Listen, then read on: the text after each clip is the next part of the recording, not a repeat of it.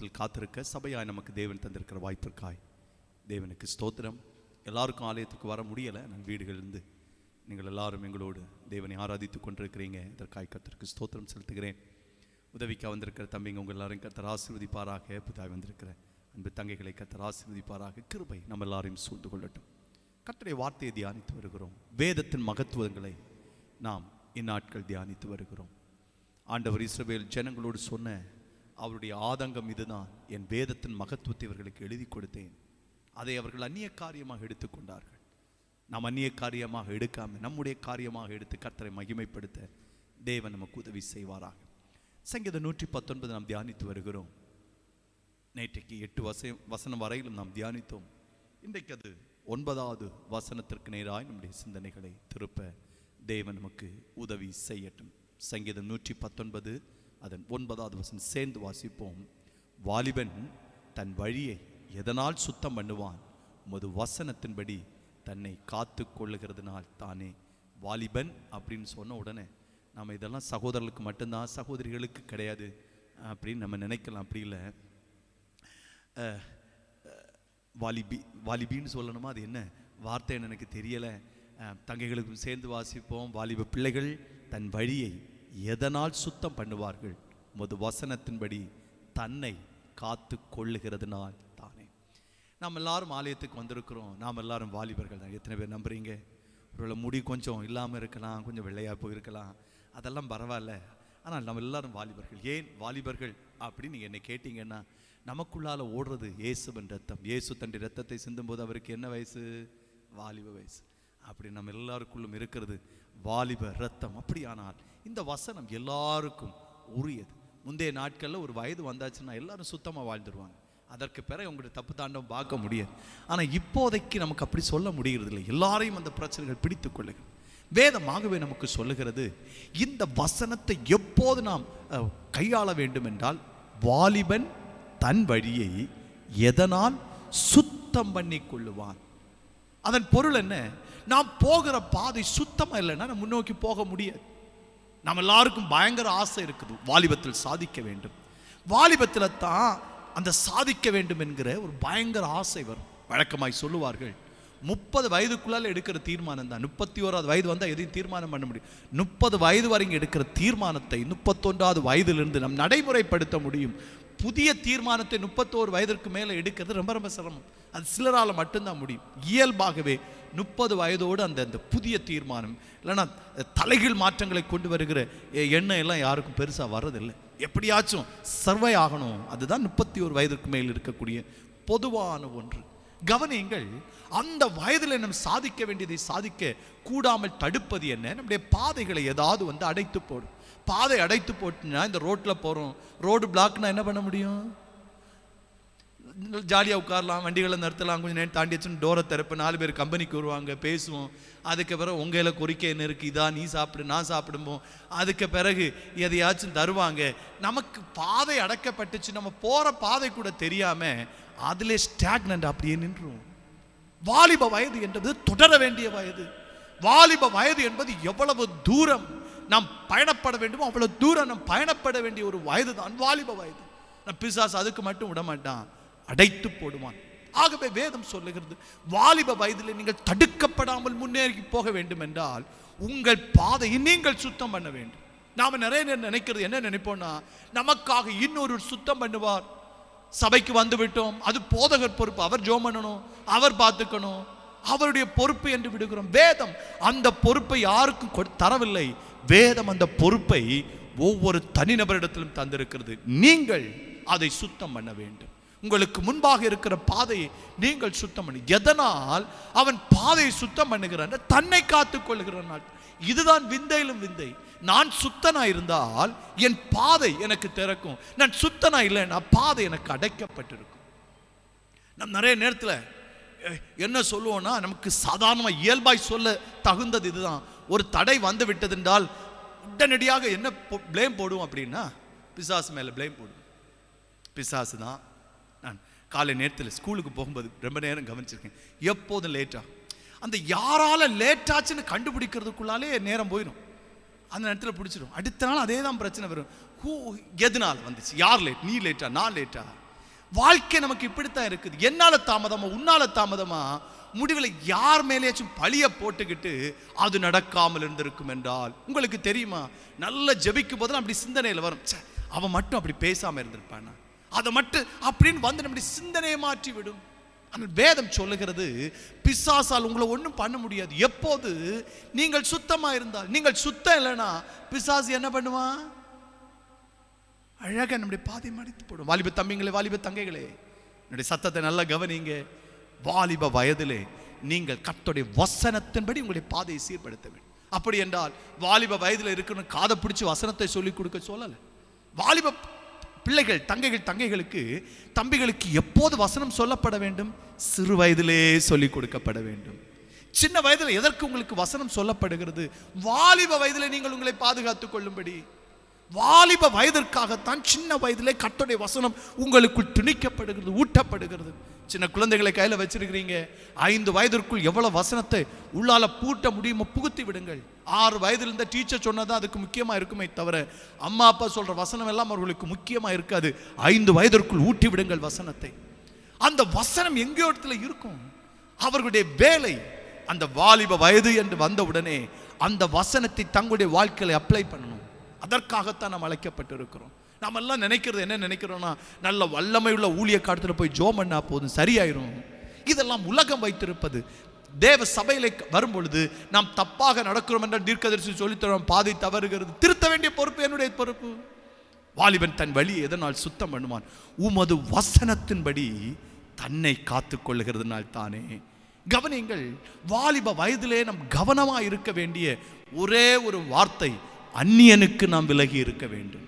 அந்த ஒரு வார்த்தை நம்முடைய சிந்தனை இருந்தாலே போதும், பிழைத்துக் கொள்வோம்.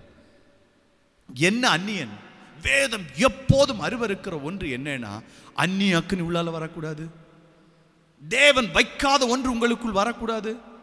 தேவன் எதை வைத்தார் அதுல வேற ஒன்று கலந்துடக்கூடாது. அந்நியன், சம்திங் ஃபாரினர், நம்முடைய எல்லைக்கு உட்படாத, நம்முடைய வேதத்திற்கு உட்படாத, தேவன் நமக்கு கற்றுத்தராத அந்த எல்லைக்கு வெளியில இருக்கிற ஒன்றும் இதற்குள் வரக்கூடாது. அதைத்தான் தேவன் என்ன செய்கிறார் என்றால் எதிர்பார்க்கிறார். தேவ வாசனை ஆலயத்தை மூடுவதாக. அந்நிய வாசனைகள் எல்லாம் இயேசுவின் நாமத்தினால அடங்கி இருக்கட்டும். கர்த்தருடைய வார்த்தை ஜெயம் எடுப்பதாக. கவனிங்கள், இந்த வாலிப வயதிலே நமக்கெல்லாம் என்ன இருக்குன்னா, கொஞ்சம் அப்படியே நாம் இருக்கிறத விட்டு வெளியில கொஞ்சம் பழக நமக்கு தோன்றும். அப்பதான் சின்ன பிள்ளைங்களை பாருங்க, அவர்களுக்கு பெற்றாரோடும் அந்த உறவுகளோடு மட்டும்தான் நெருங்கி இருக்க ஆசை இருக்கும். வாலிப வயது வந்து விட்டால் தான் நமக்கு ஒன்று வரும், கொஞ்சம் வெளியாட்ட பழகின பரவாயில்ல, இன்னொன்று புதுசா ட்ரை பண்ண பரவாயில்ல. அதுதான் வாலிப ட்ரை சம்திங் நியூ. புதிய எதையாவது ட்ரை பண்ணணும். ட்ரை பண்றது தப்பு இல்லை, ட்ரை பண்ணணும். வேதம் சொல்லுகிறது, இந்த ட்ரை பண்றது கிறிஸ்துவுக்குள் இருக்க வேண்டுமே தவிர அந்நியனா இருக்கக்கூடாது. சகோதரிகளுக்கு வேதம் சொல்லும், அந்நிய புத்திரனுக்கு கவனமாயிருங்கள். சகோதரர்களை பார்த்து வேதம் சொல்லும், அந்நிய ஸ்திரீக்கு கவனமாயிருங்கள். அவர்கள் ஸ்திரீகள் தான், ஆனால் கூடவே அவர்களுக்கு ஒரு அடைமொழி இருக்கிறது, அந்நிய ஸ்திரீகள். ஸ்திரீகளுக்கு வேதம் சொல்லும், அந்நிய குமாரனுக்கு, அந்நிய புத்திரனுக்கு கவனமாயிருங்கள். அவர்கள் புத்திரர்கள் தான், அவர்கள் குமாரர்கள் தான், ஆனால் கூடவே ஒரு அடைமொழி இருக்கும், அவர்கள் அந்நியர்கள். என்னை கேட்கிற அன்பு தேவனுடைய பிள்ளை, வாலிப வயதிலே அந்த அந்நியதை நீங்கள் கண்டுபிடித்து விட்டால், பழைய ஏற்பாட்டு காலத்தில் இருந்ததெல்லாம் அவர்களுக்கு அந்நிய தேவதைகளை வழிபடாதிருங்கள், அந்நிய அக்னியை கொண்டு வராதிருங்கள், அந்நிய முறைமைகளை பின்பற்றாதிருங்கள் என்று அந்நிய என்று இருக்கும். ஆனால் புதிய ஏற்பாட்டில் வரும்பொழுது அவை எல்லாவற்றையும் சேர்த்து ஒரே வார்த்தையிலும் கற்றுக்கொள்ள முடியும். அந்நிய ஸ்திரீக்கும் அந்நிய புத்திரனுக்கும் நாம் விலகி இருப்பதுதான் வாலிப வயதில் நாம் செய்ய வேண்டியது. ஆமென். வயதானவங்கள்ட்ட போய் கேளுங்க, சொல்லி தருவாங்க யார் அந்நியன். அந்த கடைசி காலம் அவங்க கூட சேராத, இவங்க கூட சேராத. தாவீதை கவனிச்சு பார்த்தீங்களா? சாலமனை கூப்பிட்டு சொல்றாரு, சாலமனை வாடா, உனக்கு சொல்லித்தரேன், வாழ்க்கையில் இத்தனை பேரை பார்த்துட்டேன்ட்டு மனிதர்களை பற்றி தான் சொல்லி கொடுத்தாரு. இவன் சரியில்லை, அவன் சரியில்லை, ஞானமாய் நடந்துக்க. நான் கொஞ்சம் சகிச்சுக்கிட்டேன், எனக்கு வேறு வழி இல்லை. ஆனால் நீ அப்படி இல்லை, புத்தியாயிரு, அவனெல்லாம் விட்டு வைக்காத, காலி பண்ணிரு.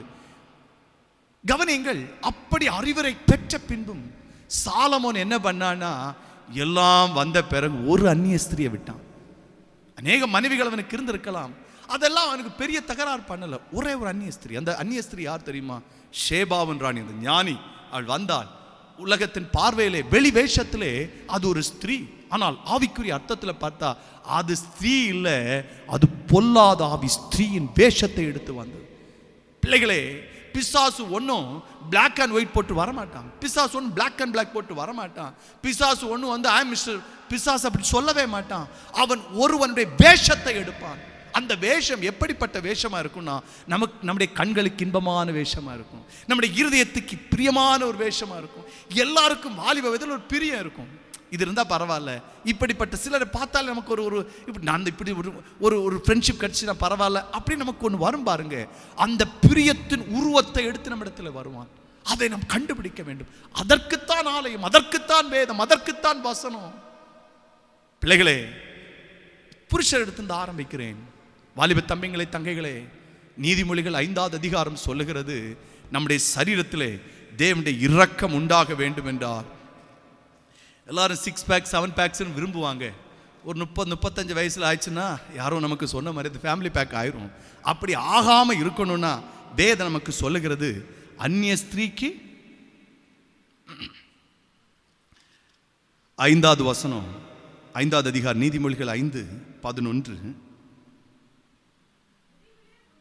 முடிவிலே உன் மாம்சமும் உன் சரீரமும் உருவழியும் போது நீ துக்கித்து. நீதிமொழிகள் 5வது அதிகாரம் 11 ஒரு வசனம் இருக்குது, முடிவிலே உன் மாம்சமும் உன் சரீரமும் உருவழியும் போது நீ துக்கித்து. உலகம் ஒருவேளை சொல்லலாம், மருத்துவ கண்டுபிடிப்புகள்னால் எல்லா வியாதிகளையும் நாங்கள் கண்டுபிடித்து விடுகிறோம். ஒரு காலகட்டம் இருந்துச்சு, கொடிய வியாதி என்று சொன்னாலே அது எய்ட்ஸ் தான். எய்ட்ஸ் வந்தால் அதன் அறிகுறி என்ன? உடலெல்லாம் கட்டுவிட்டு ஒன்றுமில்லாமல் போயிடும். பல 100 ஆண்டுகளுக்கு முன்பாக ராஜாக்களுக்கு சொல்லப்பட்டிருக்கிறது, அப்படி ஒரு வியாதி வரும். முடிவில் நீ உருவழியும் போது, நம்ம எல்லாரும் நம்முடைய சரீரம் நல்ல ஆரோக்கியமாக இருக்கணும்னு விரும்புவோம். நம்ம சரீரம் நல்ல புஷ்டியா இருக்கணும்னு விரும்புவோம். உங்களுக்கு தெரியுமா, நீங்கள் பரிசுத்தமாய் வாழ்வீர்கள் என்றால் வயது வர வர அந்த பரிசுத்த மகிமை உங்க முகத்தில் இருக்கும். அழகுல இன்னும் தேறுவீங்க. அது வேண்டும் என்றால் செய்ய வேண்டியது என்ன? வாலிப வயதுல நீங்கள் அந்நிய ஸ்திரியை கண்டுபிடிக்க வேண்டும். இங்க இருக்கிறது பாருங்க,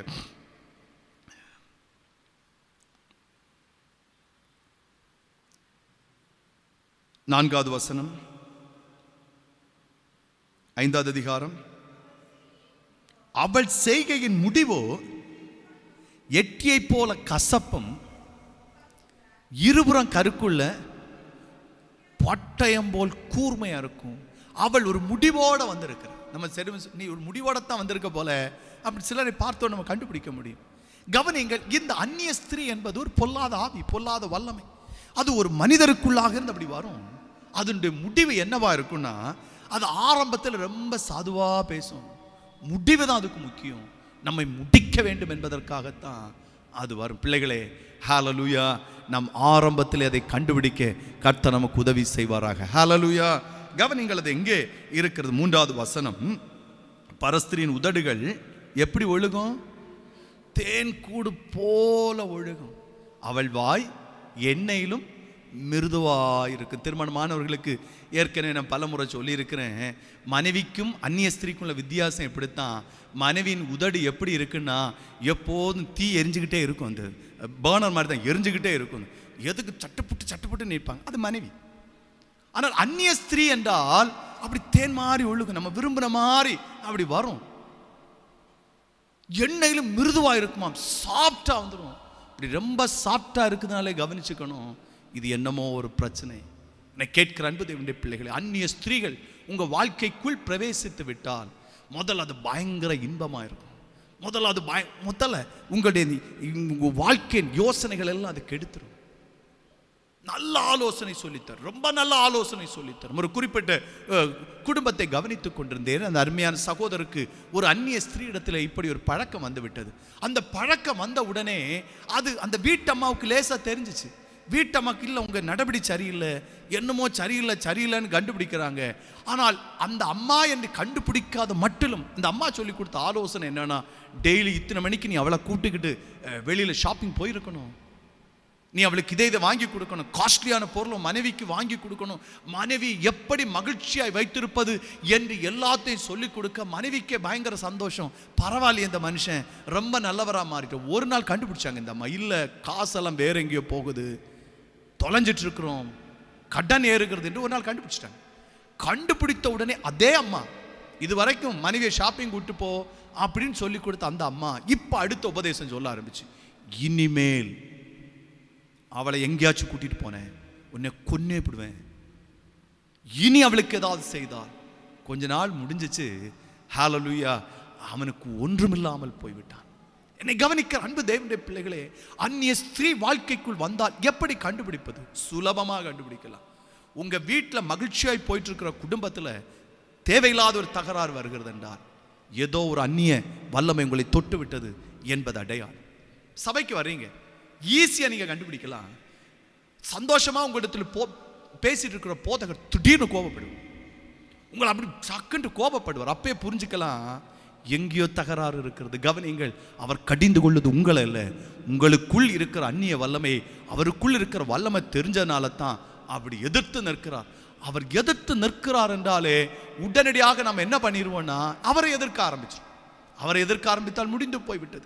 எதிர்க்க வேண்டியது யாரை எதிர்க்க வேண்டும் என்று எங்கேயோ தகராறு வந்திருக்கிறது, எங்கேயோ ஒரு அந்நிய வல்லமை என்னை வந்து தொட்டு இருக்கிறது, நான் என்ன செய்வது என்று நம்மை தாழ்த்தி அர்ப்பணித்து அதை விட்டு வெளியே வருவதற்கு முயற்சிக்க வேண்டும். அது ஆரம்பத்தில் கண்டுபிடிக்க முடியாது, ஆனால் முடிவிலோ சரீரம் வரைக்கும் உருவழிந்து போகுமாம்.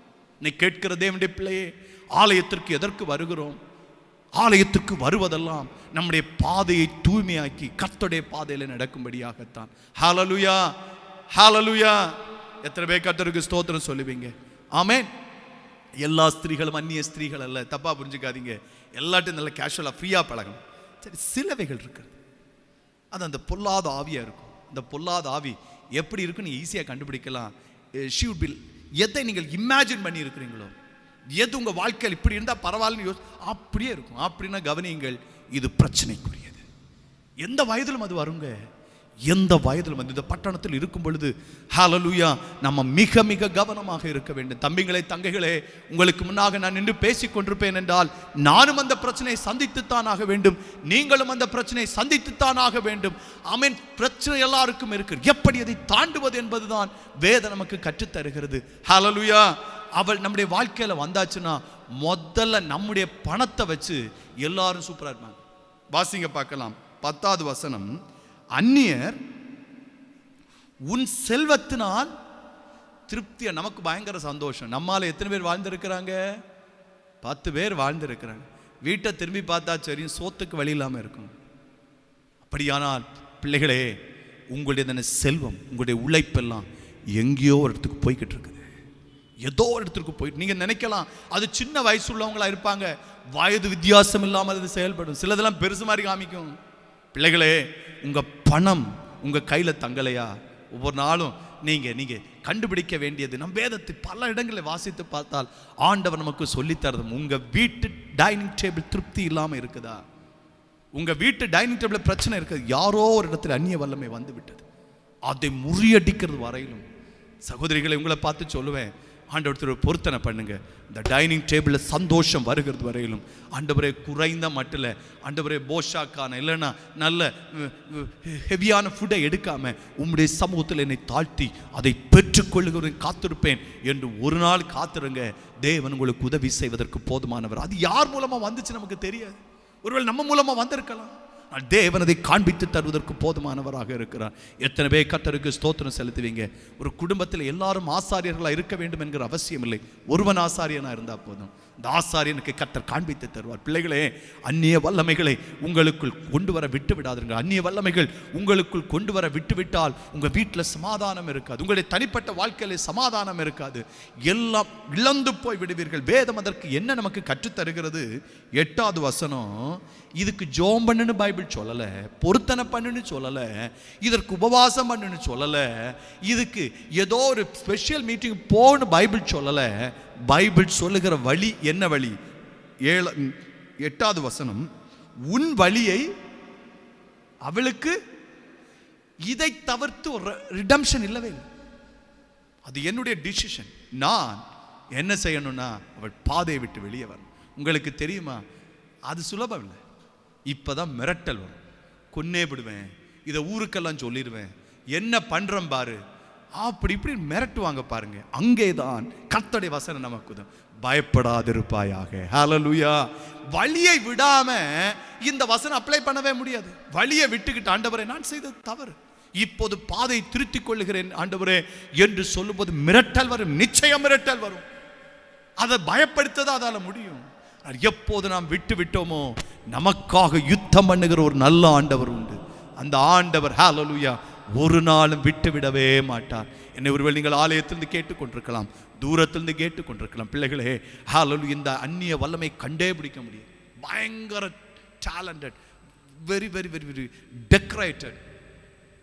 நமக்கு என்ன பிடிக்குமோ அதெல்லாம் அப்படியே கொண்டு வர மாதிரி இருக்கும். பிள்ளைகளே, பிழைத்துக் கொள்வோம் என்றால் பிழைத்துக் கொண்டோம், இல்லை என்றால் உருவழிஞ்சிடும். நீங்க யாரும் உருவழிய விரும்ப மாட்டீங்கன்னு நினைக்கிறேன். ஹல்லேலூயா.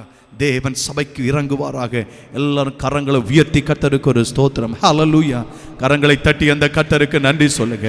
அப்படியே கொஞ்ச நேரமா ஹல்லேலூயா அந்நிய பாஷைகளை பேசி கர்த்தருடைய நாமத்திற்கு மகிமை. ருபதா ரகத்தனாந்தரன் எஸ் ரக்கானாதா ரமனஷதனா. இயேசுவின் நாமத்தினாலே சிலரோடு போராடுகிற அந்த துஷ்ட அந்நிய ஸ்திரீயின் வல்லமை ஆராதனை எழும்புகிற இந்த நேரத்தில் தோற்கடிக்கப்படுவதாக. வழிகளை தூரப்படுத்த வேண்டியதான தைரியம் வருவதாக, ஞானம் உதிப்பதாக. அதிகாரமுள்ள இயேசுவின் நாமத்தினால். இது சகோதரர்களுக்கு மாத்திரம் பிரச்சனை இல்லை, சகோதரிகளுக்கும் பிரச்சனை. நாம நினைக்கிறோம் சகோதரர்களுக்கு மட்டும்தான். இல்லை, புரட்டிக்கொள்ளுங்கள். சங்கீதம் 144, சாம்ஸ் 144.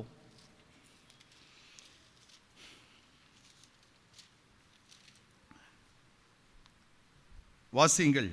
அதன் 8வது வசனம். மாயை பேசும் வாயும் கள்ளத்தனமான வலதுகையும் உடைய அந்நிய புத்திரன் கைக்கு என்னை விலக்கி தப்பும். சகோதரிகளே, நீங்கள் சந்திக்க வேண்டியது அந்நிய புத்திரன். அந்நிய புத்திரன் என்ன பேசுவான்னா மாயையை பேசுவான். மாயை என்றால் என்ன? It's all imaginations. எல்லாம் இமேஜினேஷன்ஸ் தான், கற்பனை. உங்களை அப்படியே ஒரு கற்பனை உலகத்திற்கே கொண்டு போயிடுவான். நீ மட்டும் என்னை கட்டிட்டேன்னு வச்சுக்க, ஆஹா ஓஹோ எங்கேயோ போயிடலாம். அப்ப அதற்கு நான் மயங்கவில்லை என்று அடுத்த வார்த்தை பயன்படுத்துவாங்க. நீ மட்டும் என் வாழ்க்கையில வந்துட்டேன்னு வையேன், பெருசு நான் எங்க என்று நம்முடைய இருதயத்தை எப்படி கவர்ந்தெழுக்க முடியுமோ அப்படி கவர்ந்தெழுக்கக்கூடிய மாயையான வார்த்தையை பேசுவார்கள். இந்த வார்த்தை தேவனிடத்தில் வருகிறது இல்லை. மேல சொன்னா நல்ல புருஷனுடைய சுபாவம் என்னவா இருக்கும்னா, முந்தியெல்லாம் இந்த பாட்டில் எல்லாம் சொல்லுவாங்க கேர்ள்ஸ் தான் கூச்சம் உள்ளவங்களா இருப்பாங்கன்ட்டு. உண்மையில சொன்னா நல்ல ஆம்பளையா இருந்தா ஒரு சகோதரத்தை பேசும்போது கூச்சம் இருக்கும், பயங்கர கூச்சப்படுவான். அப்படி ரொம்ப கூச்சமா இருக்கிறானே ஓகே. ஆனா சிலருக்கு இந்த கூச்சமே இருக்காது பாருங்க, தாராளமா வந்து அப்படி இப்படின்னு பேசுவாங்க பாருங்க, இல்லாதது பொல்லாததெல்லாம் சொல்லுவாங்க. நமக்கே சந்தேகம் இருக்கு, இதெல்லாம் இருக்குதா? மாயை பேசும் வாய், இது பொல்லாங்குடைய வாய். ஹல்லேலூயா, ஹல்லேலூயா. எத்தனை பேர் கர்த்தருக்கு ஸ்தோத்திரம் சொல்லுவீங்க? நான் வெளிப்படுத்தல வாசித்தேன், ஆண்டவரையும் மாயை எப்படி கண்டுபிடிப்பது. யோவான் ஆண்டவரை பார்த்தானாம். ஆண்டவரை பார்த்தா ஆண்டவருடைய 3 இடங்களை பார்த்தானாம். 1 அவருடைய சிரசும் அவருடைய தலையும், 2 அவருடைய கண்ணை பார்த்தானாம், 3 அவருடைய பாதத்தை பார்த்தானாம். கவனியுங்கள். ஹல்லேலூயா. ஒரு நல்லதை பார்க்கணும், அந்த 3ஐயும் பார்க்க வேண்டும் என்று நான் நினைக்கிறேன். 1 அவனுடைய தலை, இல்லைனா ஹல்லேலூயா அவன் சுத்தமுள்ளவனா என்று பார்க்க. 2வது சகோதரிகளே, உங்களுக்கு யாரும் சொல்லித்தர வேண்டிய அவசியம் இல்லை. ஒரு புருஷன் உங்களை பார்க்கும் பொழுது கண்ணு சுத்தமா இருந்துச்சுன்னா அவனை நம்பலாம். அதுதான் இந்த கண்ணை பார்க்கணும். 3 எதை பார்க்கணும்னா காலை பார்க்கணும். காலை பார்த்தீங்கன்னா ஸ்டெடியா நிற்குதா, அது ரைட். அது இயேசுவிடத்திலே பார்த்தது. யோவான் அதைத்தான் பார்க்கணும். தேவனா அந்நியனா என்று பார்ப்பதற்கு பார்த்தது தலை சுத்தமா இருக்கிறதா.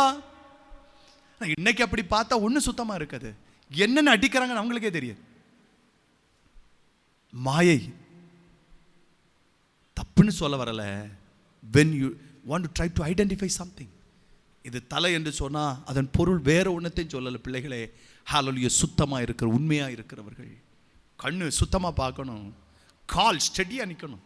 சில ஏமாத்துறாங்கன்னு தெரியும், கால் மாறி மாறி இருக்கும், விரல் அங்கங்க அசைஞ்சிட்டு இருக்கும். ஆனா இங்க பாருங்க, மாயை பேசி இவ எங்க பேசான இதெல்லாம் பார்க்கறதுக்கு நேரம் வாயே பார்த்துட்டு இருக்கிறான். அதுக்கு தான் இன்னொரு ஃபேஸ்புக்னு ஒன்று வச்சிருக்காங்க தெரியுமா, வா பார்த்துட்டே இருக்கிறது. முந்தையெல்லாம் ஜங்ஷனில் உட்காந்து பார்த்து இப்போ கையில் இருக்குது, அவ்வளோதான் வித்தியாசம். நீ கேட்கிற அன்பு தேவனுடைய பிள்ளைகளே, அது ஒன்றும் ஒரு ஒரு ஒரு வேறு வேஷத்தில் வரும், மனுஷ வேஷத்தில் தான் வரும். நம்ம விரும்புகிற மாதிரி வரும். ஐயோ என்னை ஒருவன் நேசிக்கிறேன் என்று சொல்லக்கூடாது, அடுத்த நாளே வந்து நிற்கும் நான் உன்னை நேசிக்கிறேன். அதுக்கு தெரிஞ்சிச்சு போல நீங்கள் இந்த தாகத்தோடு இருக்கிறீர்கள். ஏன் என்னை மற்ற யாரும் நான் போட்டிருக்க ட்ரெஸ் நல்லா இல்லைன்னு சொல்லலை என்று நீங்கள் யோசிக்கும் போது ஒருத்தன் வந்து சொல்லுவான் ட்ரெஸ்ஸு சூப்பராக இருக்குன்னு. உங்களுக்கே பிடிக்காது. இதே அப்போயா அப்படின்னாலே புரிஞ்சுக்கணும், இது மாயை. மாயை பேசும் வாயும் ரெண்டு என்னவா? கள்ளத்தனமான வலது கையையும் உடைய. தங்கைகளே, தம்பிகளே, உண்மையான ஒரு ஜென்னா இருந்தால் உங்களுடையதை எதிர்பார்க்கவே மாட்டான். உங்கள் கையிலேருந்து காசு எடுக்கவே மாட்டான். நல்ல ஜென்ஸுடைய சுபாவம். அவங்க இப்படி தலை இருக்கும்போது வாழை ஆடக்கூடாது, நான் செலவு பண்ணுறேன் அப்படின்னு நம்பலாம். 100 கொடுத்துக்கிட்டு எனக்கு ஒரு தேவை இருக்குது 1000 தான்னு சொன்னாலே கள்ளத்தனமான வலது கையை விட. இதுக்கு மேலே நீங்கள் ஐடென்டிஃபிகேஷனுக்கு ஒன்றும் போக வேண்டிய அவசியம் இல்லை. சாதாரணமானது. உங்ககிட்ட இருந்து பணத்தை வாங்கி இருக்கிறார்களா? இல்லை. தேவையில்லாமல் உங்களுக்கு விலை உயர்ந்ததை தந்திருக்கிறார். ரெண்டும் பிரச்சனை தான். எதற்கு தேவையில்லாமல் விலை உயர்ந்ததை தர வேண்டும்? விலை உயர்ந்தது, அவ்வளோ விலை உயர்ந்ததை அவன் யாரோ ஒருத்தனை வஞ்சித்து இருக்கிறானே, அப்படிப்பட்ட விலை உயர்ந்ததை தர வேண்டும் என்றால் அவன் எங்கேயாவது சொல்லி இருக்கிறானா? திருமணம் ஆகிறது வரைக்கும் அம்மா அப்பா பொறுப்பு இருக்கிறார்களே, அங்க சொல்லி இருக்கிறானா? அம்மா அப்பா கிட்ட சொல்லாம உங்களுக்கு விலை உயர்ந்த பொருளை இன்றைக்கு அவன் வாங்கி தந்தான் என்றால், உங்களை திருமணம் பண்ணினா உங்களை தெரியாமல் உங்களுடைய பொருளை எடுத்து விலை உயர்ந்த இன்னொருவனுக்கு கொடுப்பான் என்பது நிச்சயம். அவன் தான் கள்ளத்தனமான வலது கையை உடையவன். நான் கேட்கிற அன்பு தேவனுடைய பிள்ளைகளே, ஹalleluya, பொருள் மேல ஒரு நாளும் கண்ணை வச்சு முடிவுக்கு வந்துடக்கூடாது. அதுதான் பயங்கர ஏமாற்று. கேர்ள்ஸ் எப்போது அட்ராக்ட் ஆகுறது? எதுக்கு தான் அட்ராக்ட் ஆவீங்க? ஜென்ஸ் நல்லவனா கெட்டவனா செகண்டரி. வேலை இருக்குதா, பணம் இருக்குதா? சில சகோதரிகளுக்கு குடிச்சா என்ன, பணத்தை கொண்டு வராரு. அவனுடைய பணம் நமக்கு முக்கியமாய் போய்விட்டால் அந்நியனுக்கு விழுந்து விட்டோம். முடிவில் தான் கதறுவோமே தவிர ஆரம்பம் கதறவே மாட்டோம். பிள்ளைகளே, ஹalleluya, சுபாவத்திற்கு நேராய் கண்களை பார்ப்போம், சுத்தமாக இருக்குதா? கால்களை பார்ப்போம், அங்கே எங்கே மாறாட்டம் பண்ணாமல் ஸ்டெடியாக நிற்கிறாங்களா? இதுதான் வேதம் நமக்கு கற்றுத்தருகிறது. இதை எந்த வயசில் பார்க்கணும்? வாலிப வயதில் பார்க்கணும், திருமணமான பிறகு பார்க்கணும். இந்த காலகட்டத்தில் ஹalleluya, திருமணமான பிறகு பயங்கர பிரச்சனைகள் இருக்கிறது. ஏன் தெரியல. தேவன் நம்முடைய சபைக்கும் இந்த தேசத்துக்கு இறங்குவாராக. ஜெபிக்க போகிறோம். அதே வார்த்தை இன்னொரு முறை அதே சங்கீதத்தை 144 பயன்படுத்தப்பட்டிருக்கும். எங்கே பயன்படுத்தப்பட்டிருக்கும்? 11. மாயை பேசும் வாயும் கள்ளத்தனமான வலது கையை உடைய அந்நிய புத்திரன் கைக்கு என்னை விலைக்கு தப்பி. சகோதரிகளே, நீங்கள் டெய்லி இதை ஜெபிக்கணும்னு நான் நினைக்கிறேன். சகோதரியுடைய அட்ராக்ஷன் இந்த 2 இடத்துல தான் இருக்கும். குறும்புக்கார பையனாக இருக்கணும், நல்ல நல்ல நல்ல வாய்ப்பேசி, நம்ம எப்போ தமாஷா வச்சுட்டு இருக்கிற பையனாக இருந்தால் பரவாயில்ல என்பது நமக்கு ஒரு எண்ணமாக இருக்கலாம். அந்த அந்த அட்ராக்ஷனை கரெக்டாக பயன்படுத்தும். மாயை பேசிகிட்டே இருப்பான். கள்ளத்தனமான வலதுகை. ஹalleluya, பிள்ளைகளே, ஹalleluya, எதையும் உங்கள் பெற்றாருக்கு தெரியாமல் செய்யாதுங்க. அதான் கர்த்தருடைய வார்த்தை நமக்கு சொல்லுங்க. திருமணம் ஆகிறது வரைக்கும் யாருக்கு நீங்கள் சொந்தம்? அம்மா அப்பாவுக்கு சொந்தம். யூ ஆர் அண்டர் தம். அதை மட்டும் செஞ்சா உன் தகப்பனையும் உன் தாயையும் கனம் பண்ணுவாய். உன் ஆயுசு நாள் நீடித்திருக்கும். அந்த நீடித்திருக்கிற நாள் சந்தோஷமாக இருக்கிறதுக்காகத்தான் பொய் சொல்லாதிருப்பாயா, களவு. நம்ம இதெல்லாம் செஞ்சுட்டு தாய் தகப்பனை கனப்படுத்தலைன்னா வாழவே மாட்டோமே. அதற்கு பிறகு இருந்தா என்ன, இல்லாட்டி என்ன? தேவன் நமக்கு உதவி செய்வாராக. சபையை கர்த்தர் விடுவிப்பாராக. சபையின் மேல் கர்த்தர் தம்முடைய மகிமை விளங்க பண்ணட்டும். எழுந்து நிற்போம், கர்த்தருக்கு நன்றி செலுத்துவோம்.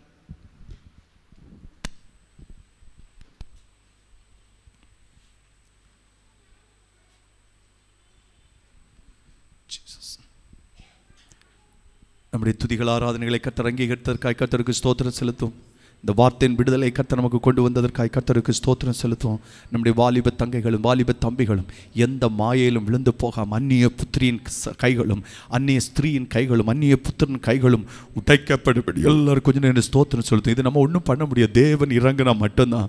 ஹல்லேலூயா. கர்த்தருடைய வார்த்தை உங்களை இருந்து சந்தித்திருக்கும் என்றால், நீங்கள் ஆலயத்தில் இருந்தாலும் சரி, வீட்டில் இருந்தாலும் சரி, கர்த்தருடைய வார்த்தை சந்தித்திருக்குன்னா கனப்படுத்தி கரங்களை உயர்த்தி, ஆண்டவர் இந்த வார்த்தை என்னை சந்தித்தது, ஆண்டவர் இந்த வார்த்தைக்கு என்னை அர்ப்பணிக்கிறேன், ஆண்டவரே சிக்கலுக்கு என்னை விலக, அவன் விலக மாட்டான், நான் தான் விலகணும், அவன் விலக மாட்டான், நான் தான் விலகணும். அதுதான் பைபிள் எனக்கு சொல்லி தருகிறது. ஆண்டவரே ஹல்லேலூயா, விலகுவதற்கு கிருபை தாரும், விலகுவதற்கு கிருபை தாரும், விலகுவதற்கு கிருபை தாரும். ஆண்டவரே கள்ளத்தனமான வலதுகை, அதில் நாங்கள் மயங்கிடக்கூடாது.